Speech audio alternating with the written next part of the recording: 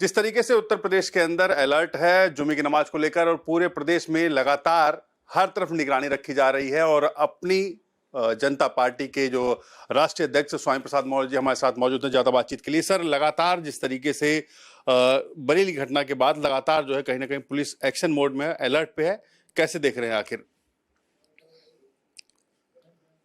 पहली बात तो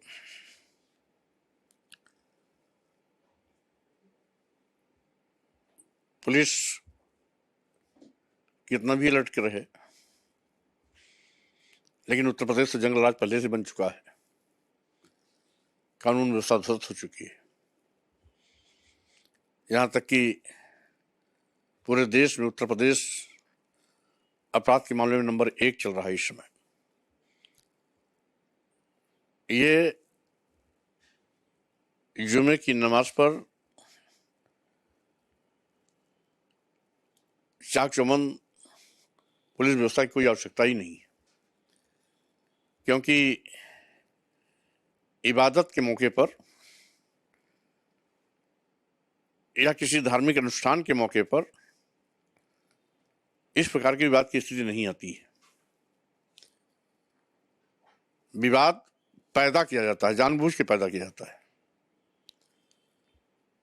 ये भारतीय जनता पार्टी केवल हिंदू मुसलमान के नाम पर भय और दहशत पैदा कर समाज को बांटने का पाप कर रही है। हिंदू ध्रुवीकरण के लिए हिंदू मुस्लिम और मस्जिद मंदिर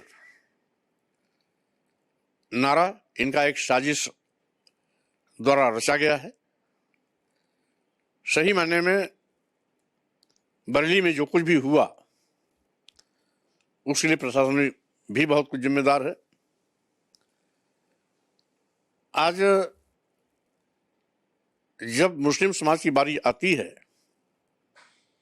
तो पुलिस बड़ी चाक चौबंद हो जाती है, लेकिन बहराइच में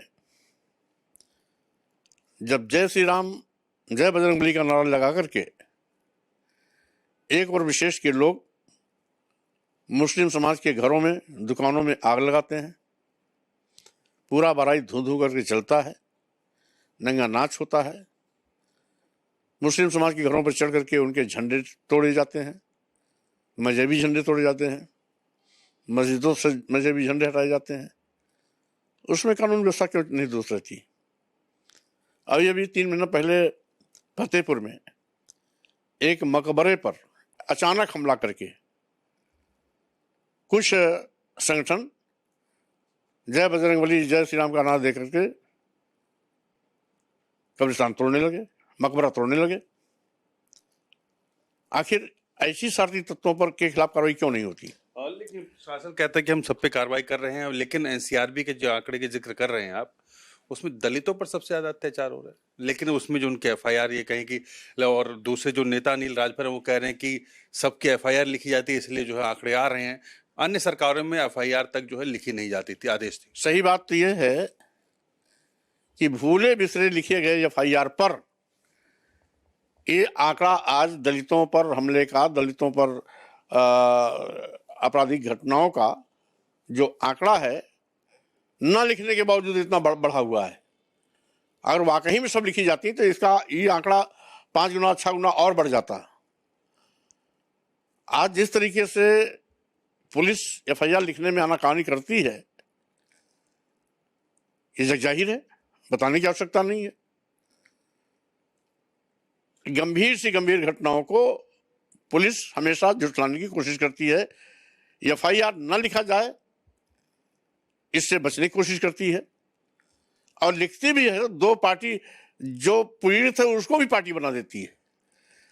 अगर पीड़ित ने किसी के खिलाफ एफआईआर लिखा जा तो प्रताड़ित करने वाले के खिलाफ भी के द्वारा भी पीड़ित के खिलाफ लिखा दिया जाता है, तो क्रॉस केस करा दिया जाता है। ये तो पुलिस की अपनी चतुर चालाकी है, माला लिपापोती करना है। तो इसी प्रकार से जो उत्तर प्रदेश की कानून व्यवस्था पूरी तरीके से ध्वस्त हो चुकी है, उसी का नतीजा है कि आज पूरा प्रदेश जंगल राज बन गया है और पूरे देश में दलितों पर सबसे ज्यादा उत्पीड़न के मामले में उत्तर प्रदेश नंबर 1 है। संभल की जो घटना हुई, संभल या यूं कहें कि संभल के अंदर जिस तरीके से जो लोग हैं मस्जिद खुद ही तोड़ने पहुंचे हैं, उसको लेकर एक तरफ अनिल राजभर जो है उनकी सराहना कर रहे हैं, लेकिन दूसरी तरफ असदुद्दीन ओवैसी कह रहे हैं कि जब उनकी सरकार आएगी तो वो भी इस तरीके के रिएक्शन करेंगे, पीटे जाएंगे लोग। भाई देखिए, एक्शन का रिएक्शन तो होता है। सरकार का मतलब राजनीतिक दुष्भावना से दुश्मनी निकालना नहीं होता है। सरकार सरकार होती है। सरकार किसी एक जात की नहीं होती, किसी एक पार्टी की नहीं होती, किसी एक धर्म की नहीं होती, किसी एक जिले की नहीं होती। सरकार प्रदेश की अगर है तो पूरे प्रदेश की होती है, और उस प्रदेश में जितने भी लोग रहते हैं, धर्म, पंथ, संप्रदाय, जात के लोग, सबके लिए सरकार होती है। आज यहां सरकार समाज को बांटने पर तुली हुई है, लोग जोड़ने पर तुलते हैं, ये सरकार बांटने पर लगी है। हमारा भारतीय संविधान सभी धर्मों को बराबर दर्जा देता है। हिंदू, मुस्लिम, सिख, ईसाई, बौद्ध, जैन, पारसी जो भी भारत में हैं, उन सभी धर्मों का समान रूप से सम्मान भारतीय संविधान हमारा करता है, करने का निर्देश देता है।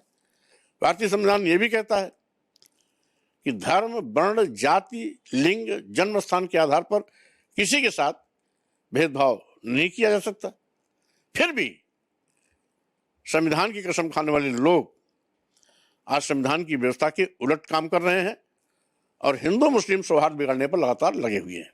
धन्यवाद। तो ये थे स्वामी प्रसाद मौर्य जिन्होंने साफ तौर पर बोला कि उत्तर प्रदेश के अंदर सरकार और प्रशासन कहीं ना कहीं माहौल खराब करने की कोशिश कर रहा है, हिंदू मुस्लिम जो सौहार्द है उसको बिगाड़ने की कोशिश कर रहा है, और प्रशासन की अलर्टता सिर्फ एक समुदाय के लिए, दूसरे अन्य समुदाय के लिए प्रशासन कहीं ना कहीं फेल नजर आ रहा है। कैमरा आदित्य तिवारी के साथ रामनुज भट्ट, के न्यूज, लखनऊ।